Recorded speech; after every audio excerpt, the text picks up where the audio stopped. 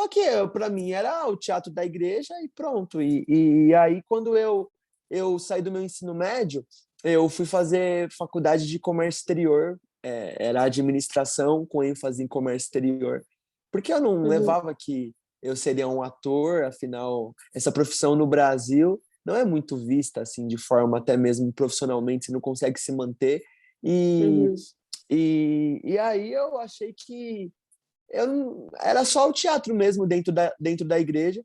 Porém, no ano de 2016 foi quando eu tive o meu primeiro contato mesmo com aquilo que eu digo que eu saio de um nível de teatro de igreja e passo a viver um ministério mesmo.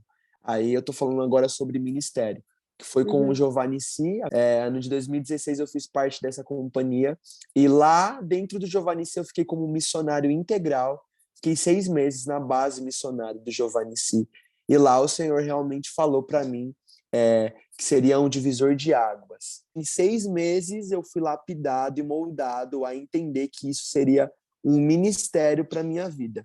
Eu sou eu sou um homem que eu me considero muito intenso nas minhas emoções. Acredito que o teatro ajuda a gente a ser mais intenso assim em relação a algumas coisas. Só que quando eu estava lá na base missionária, em nenhum momento eu me recordo que eu pensei sobre a faculdade, assim, nossa, o que eu fiz da minha vida? O que eu estou fazendo aqui com um monte de missionário que... E aí isso explica que o campo missionário não é um escape para você sair dos seus problemas. O campo missionário é um direcionamento de Deus. Só que eu não fui direcionado a missões. Eu costumo falar que quando eu fui para a base missionária, eu costumo falar, não, é muito verdade isso na minha vida. Quando eu fui para a base missionária, eu não estava num tempo muito legal com Deus. Eu tinha Uhum, meus pecados, eu tinha uma vida que não estava muito firme na igreja, mas nunca fui alguém tipo assim, tive influências erradas na faculdade, nunca fui de sair para festas da faculdade. Isso foi acontecer depois que eu saí da faculdade. Então, quando eu saí da faculdade, eu tranquei, mas não de imediato eu fui para a base missionária. Ficou um tempo aí vago, que neste tempinho o diabo queria me tragar para o mundo. Então eu claro. experimentei coisas do mundo, eu vivi companhias erradas, só que aí Deus veio com um basta, basta, sabe? Aquele que se levanta do trono e fala, opa, não, não, não, não. Aqui você não tem autoridade não, diabo. Então até aqui você pode ir. Agora, a partir daqui eu vou começar uma nova história na vida do Danilo. E aí foi isso. Então eu fui meio que na força, assim, Deus pegou a mão, vai, joga ele para lá, senão ele vai fazer tudo errado da vida dele. A base fez um passeio educativo que Uhum, todas as escolas, as crianças, né, iam conhecer a base e durante esse tempo na base eles tinham recreação com recreadores e tinha peças infantis e no meio desse passeio era explicado o motivo que era as crianças estavam lá, não só conhecendo a base, mas também ajudando as crianças lá da Angola. Quando uhum, eu fui para o Giovanici, eu não fui com a intuição de atuar nas peças. Eu fui chamado para ser um missionário voluntário da Fazenda de Contos. Então eu fui como recriador. As crianças me chamavam de tio Barba. Por que será, né?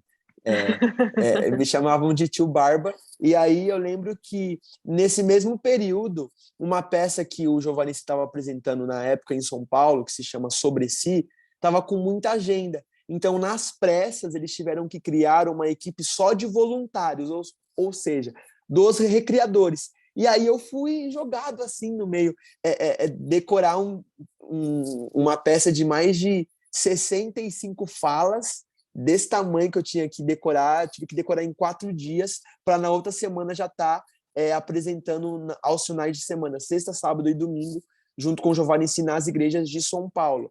Aí, então, uhum. eu comecei, além de fazer o trabalho com as crianças durante a semana, sexta, sábado e domingo, eu ia com o Giovanni e com a equipe apresentar a peça nas igrejas também. Aí foi isso que aconteceu. Eu entendi que o Senhor foi muito claro comigo. Ele falou assim, filho, o que você está fazendo, eu não preciso reconhecer uma formação artística na sua vida. Você quer fazer faculdade? Vai fazer algo que realmente concilie com o seu chamado. seu chamado é evangelismo através do teatro. Mas quem disse que você precisa de formação artística para viver para o reino? Então eu entendi que se eu tiver a faculdade, eu tiver a formação, não vai ser no teatro, porque isso não foi o que Deus teve para mim. E o que aconteceu de fato foi depois que eu saí da base missionária e voltei para casa e comecei a fazer esses monólogos individuais na minha igreja, utilizando a minha igreja mesmo, os meus irmãos ali locais, o Giovanici me abriu muitas portas e amizades. E aí pessoas foram me comunicando, pessoas foram conversando comigo, falando, você é aquele menino que fazia aquela peça do Giovanici. Poxa, o que você tem feito hoje em dia? Você está ainda no Giovanici? Você está ainda trabalhando com teatro? Quero desenvolver teatro na minha igreja. Pô, a gente está com um grupo pequeno aqui, mas eu quero crescer esse grupo. Aí foi então que Deus falou, é aí que eu te quero colocar.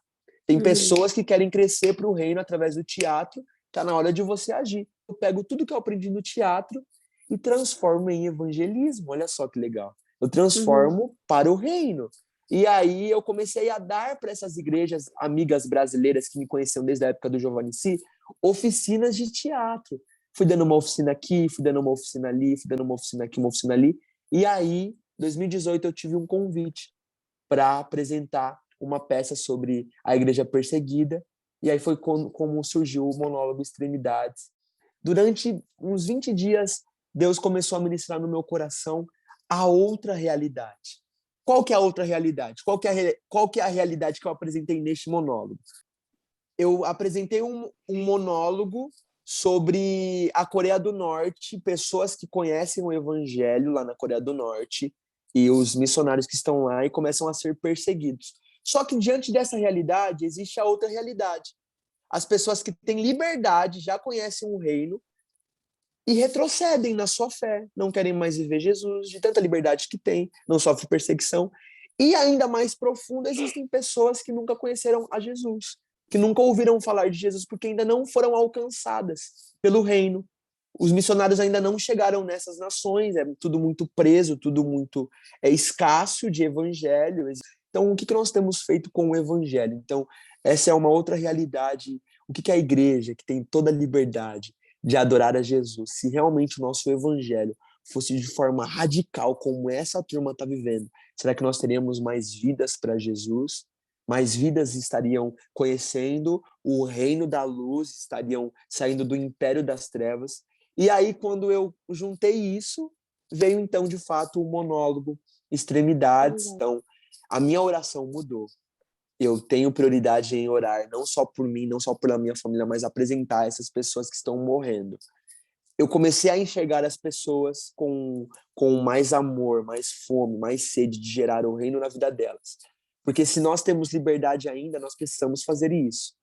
Seja de uma forma pregada, seja de uma forma lida, seja com as nossas ações. Porque às vezes a gente acha assim, nós precisamos fazer evangelismo, nós precisamos criar panfletos e distribuir na rua. Não, mas com a sua própria vida, com a sua ação, no seu trabalho, com aquilo que você faz, você consegue falar de Jesus de forma direta e de forma indiretamente.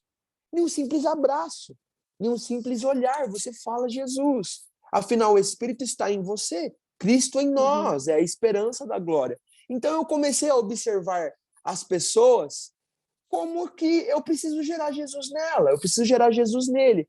Então, em qualquer ação e atitude da minha vida, há um ponto que eu preciso falar de Jesus, gerar Jesus. Não sei como. Para cada um sabe como pode fazer isso. Eclésia, chamados para fora.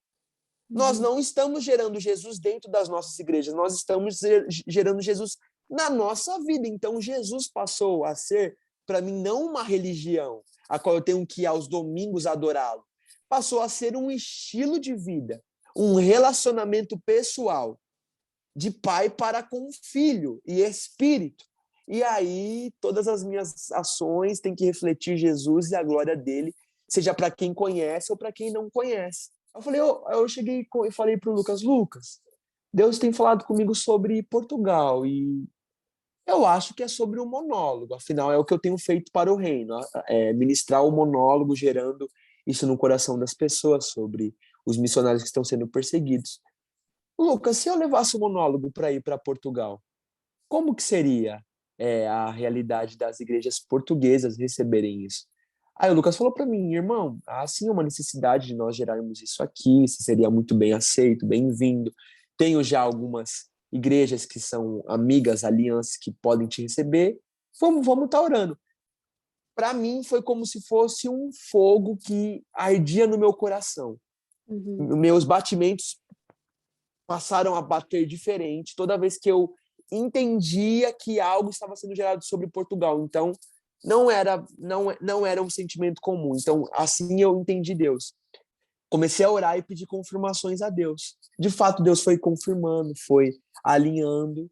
E assim, aqui estou e deu tudo certo. Nós que ministramos o evangelho, nós queremos ver salvação. Afinal, o evangelho é salvação. Uhum. Queremos ver vidas salvas para Jesus. Eu não trato Jesus como um evento. Jesus não é um evento, gente, que a gente vai pular, pular, pular e voltar para as nossas casas e pronto, e nossa vida ser de qualquer jeito, ficar de qualquer forma. Não. Nós queremos ver Jesus como salvação e, a partir dali, como o nosso relacionamento, o nosso relacionar, o nosso estilo de vida. Não existe uma necessidade maior de evangelho na África e menor na Europa, pelas condições Uhum. financeiras. O mesmo Cristo que a ser gerado na África é o mesmo Cristo que tem que ser gerado aqui na Europa. Não é porque os nossos irmãos de lá estão passando por maiores dificuldades e talvez os irmãos daqui não tenham tantas dificuldades quanto lá na África, mas cada um de nós temos uma certa dificuldade nas nossas vidas pessoais, e não só falando de forma financeiramente falando. Só que existe um avivamento a ser derramado em todas as nações até Cristo voltar. O caminho que a igreja está preparando para a volta de Jesus é um caminho de glória. Danilo, não tem como comprar no cartão. Não tem como comprar. Esquece. Pode, de repente, se programar para outro momento, tal, mas agora não dá. E aí, e ele falando tal, mãe, eu falei, Danilo, esquece, não dá. E agora, depois que aí ele falou, mãe, eu já estava com as passagens compradas. Eu consegui comprar. Eu falei, meu, você é louco. Ele falou, sim, mãe. Então, assim, muitas vezes, realmente é mesmo obra do Espírito Santo, né? Uhum. Então, assim, quando Deus ele tem uma promessa, né, na vida de um homem, de uma mulher que está realmente na presença do Senhor, é muito além, assim, das possibilidades, das condições, é algo, assim, inexplicável. Então, assim, como o Danilo falou, a gente se alegra ver as fotos, tudo que ele está vivendo é muito bom. Mas quando tem uma postagem, teve uma alma que se rendeu ao reino, gente, não tem preço. Deus só falou, só que eu não tinha condições financeiras. Só que o Deus que fala é o Deus que já vai agindo, ele já vê lá na frente.